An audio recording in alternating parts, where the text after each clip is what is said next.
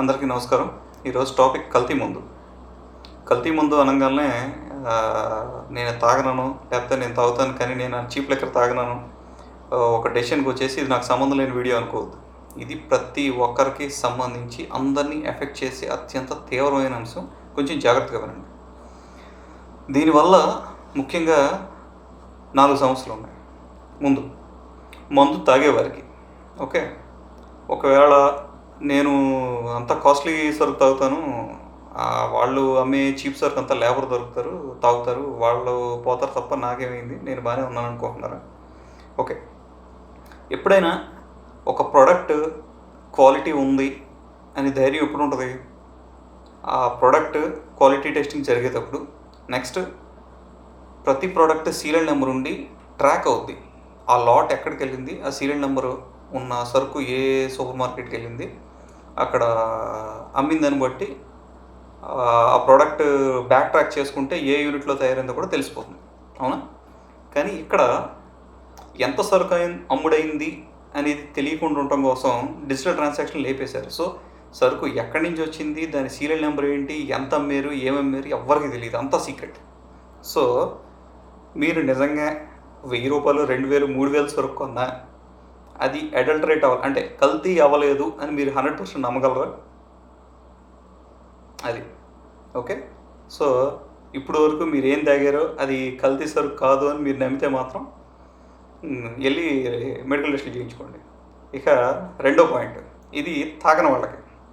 వీళ్ళు ఏమనుకుంటారు, నేను అసలు మందే తాగను, తాగేవాళ్ళు పోతున్నారు, నేను సేఫ్ అనుకుంటున్నారుగా. కాదు, అసలు ప్రమాదం, ఆర్థిక ప్రమాదం ఇక్కడ ఉంది. ఎందుకంటే ఏ ఆర్థిక వ్యవస్థకైనా వర్క్ ఫోర్స్ అవైలబిలిటీ అనేది చాలా important. All types of work force availability ఉండాలి.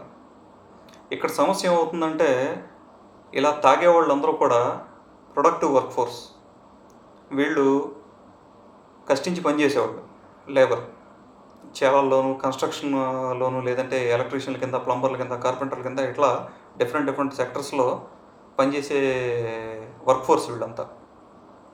ఇట్లాంటి వాళ్ళు అలాంటి కల్తీ మందు తాగి ఆరోగ్యం చెడగొట్టుకుంటే ఏమవుతుందంటే, మనకుండే ప్రొడక్టివ్ వర్క్ ఫోర్స్ అవైలబిలిటీ తగ్గిపోద్ది.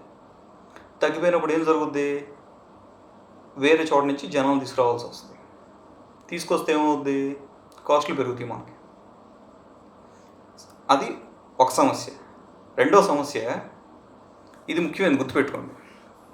ఎప్పుడైనా సరే ఇక్కడ దొరికే వర్క్ ఫోర్స్ని మనం ఎంప్లాయ్ చేసుకుని, అంటే వాళ్ళని పనిలో పెట్టుకుని పని చేయించుకుంటే వాళ్ళకి ఇచ్చే జీతం, వాళ్ళకి ఇచ్చే ప్రతి రూపాయి తిరిగి మన ఆర్థిక వ్యవస్థలోనే ప్రవేశపెట్టబడుతుంది.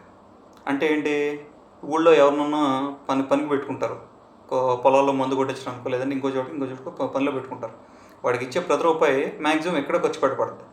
కానీ మీరు వేరే రాష్ట్రాల నుంచో లేకపోతే వేరే చోట నుంచో ఇంకా చీప్ వర్క్ ఫోర్స్ తీసుకొచ్చి పని చేయించుకోవడం మొదలు పెడితే ఏమవుద్దంటే, వాళ్ళ డబ్బు తిరిగి వాళ్ళ రాష్ట్రాలకి, వాళ్ళ కుటుంబానికి పంపించాల్సి వస్తుంది. సో సంపద ఎక్కడ సృష్టించబడుద్ది, ఖర్చు మాత్రం వేరే రాష్ట్రాల్లో పెట్టబడుతుంది. నష్టం ఎవరికి? మనకేకే. ఇక నాలుగోది, ఇది అన్నిటికన్నా అత్యంత ముఖ్యమైనది. ఏ ఆర్థిక వ్యవస్థకైనా సంపద అంటే మన దగ్గర ఉన్న బంగారం, డబ్బు, ఫారెక్స్ రిజర్వ్స్ ఇది ఒకటే కాదు. ముఖ్యమైన సంపద మన work force, productive work force. Okay.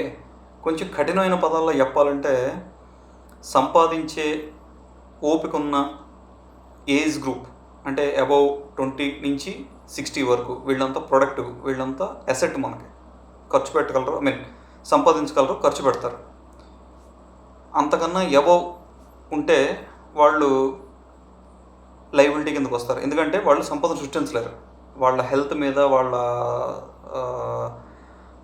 Medical conditions మీద స్టేట్ అంటే రాజ్యం ఖర్చు పెట్టాల్సిన పొజిషన్ ఉంటుంది. ఇక్కడ ఎమోషనల్గా ఆలోచించడానికి ఏం లేదు. ఆర్థికపరమైన టర్మ్స్లో సింపుల్గా చెప్పాలంటే అసెట్ అండ్ లైబిలిటీ.